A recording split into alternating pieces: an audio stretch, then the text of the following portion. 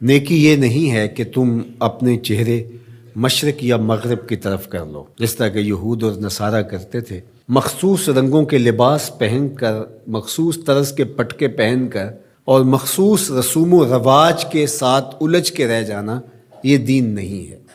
لیس البر، یہ نیکی نہیں ہے، ان تولو، کہ تم پھیر لو، وجوہکم، اپنے چہروں کو، قبل المشرق والمغرب، مشرق اور مغرب کی طرف، ولکن البر من آمن باللہ، نیکی کیا ہے کہ کوئی اللہ پر ایمان لائے، اس کا دل اپنے رب کو مانے۔ تو نیکی کی حقیقت یہ ہے کہ آپ اپنے رب کے ہو جائیں۔ جب رب کے ہو جائیں گے تو پھر اس کے دیے ہوئے نظام کو آپ من و عن تسلیم کریں گے۔ اٹھنے بیٹھنے سے لے کر انداز معاشرت تک، امور سیاست سے لے کر طرز حیات تک، کاروبار سے لے کر نجی زندگی تک، آپ کی زندگی کا ایک گوشہ اپنے رب کے دیے ہوئے نظام کی مطابقت میں ہوگا۔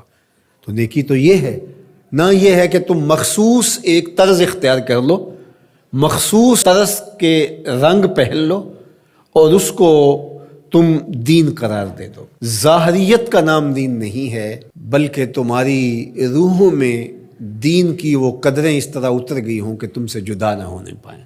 یہاں یہ بات بھی ذہن نشین رہے کہ جو ہمارے اعتقادات ہوتے ہیں ان کا ہمارے عمل پر، رویے پر، طرز زندگی پر ضرور اثر ہوتا ہے۔ عقیدہ ہمارے عمل کی بنیاد ہوتا ہے۔ تو اگر میرا یہ عقیدہ ہے کہ میں اللہ وحدہ لا شریک کو مانتا ہوں، تو پھر اس کا لازمی نتیجہ یہ ہے کہ غیر کا خوف میرے سینے سے نکل جائے گا۔ اسی طرح جب آخرت کا یقین میری روح کے اندر راسخ ہو جائے گا تو میری زندگی خود بخود مرتب ہو جائے گی، منظم ہو جائے گی۔ کیونکہ آخرت کا تصور کیا ہے کہ میں اللہ کے حضور جواب دہ ہوں اور ایک ایک عمل اس کے حضور پیش ہونا ہے اور وہاں اعمال کی جواب دہی ہے۔ ثم لتسألن یومئذ عن النعیم۔ تو پھر کس طرح میں بند کمرے کے اندر بھی جرم کر سکتا ہوں جب یہ عقیدہ میرے ساتھ جڑ گیا ہے؟ جب ہم اپنے عمل میں کمزور ہوتے ہیں تو ہمارے عقیدے کے اندر کچھ جھول ہوتی ہے، کمزوری ہوتی ہے، اس کمزوری کی وجہ سے عمل کمزور ہوتا ہے۔ تو عمل کی پختگی اور رسوخ عقیدے کی پختگی کا نتیجہ ہوتا ہے۔ تو اس لیے سب سے پہلے جو چیزیں بیان فرمائی ان کا تعلق جڑا تھا عقائد سے۔ اب دوسری بات جو بر کی تشریح کرتے ہوئے ارشاد فرمایا، وَآتَ الْمَالَ عَلَىٰ حُبِّهِ ذَوِي الْقُرْبَىٰ وَالْيَتَامَىٰ وَالْمَسَاكِينَ وَابْنَ السَّبِيلِ وَالسَّائِلِينَ وَفِي الرِّقَابِ، اور مال کو خرچ کرنا علی حبہ، اس کی محبت کے باوصف۔ مال کی اگر محبت یا ضرورت نہیں ہے تو پھر اس کو خرچ کر دینا، صرف کر دینا، یہ کمال نہیں ہوتا۔ کمال اس وقت ہے جب اس کی شدید احتیاج آپ کو بھی موجود ہو۔ اس لیے صحت مند آدمی جو جوان بھی ہو اور اس کو ضرورت بھی ہو، اس کا صدقہ کرنا اس کے صدقے کرنے سے بہتر ہے جو مخمصے کے عالم کے اندر جب موت و حیات کی کشمکش ہو تو وہ صدقہ کر دے، اپنا مال خیرات کر دے۔ عمومی طور پہ ایک مخفی دولت کی محبت جو ہمارے سینوں میں ایک حد تک موجود ہوتی ہے، اور وہ یہ ہے کہ جب اللہ ہمیں مال دیتا ہے تو بعض اوقات کچھ لوگ کہتے ہیں کہ ابھی میں اس مال کو بڑھاتا چلا جاؤں گا اور اپنی ساری ضروریات بھی پورا کرتا چلا جاؤں گا اور بہت حجم ہو جائے گا تو پھر اس سے کوئی بڑا کام کروں گا۔ وہ ایک ہدف لیتا ہے بڑے کام کا اور مال کو ضرورت کے باوجود خرچ نہیں کرتا۔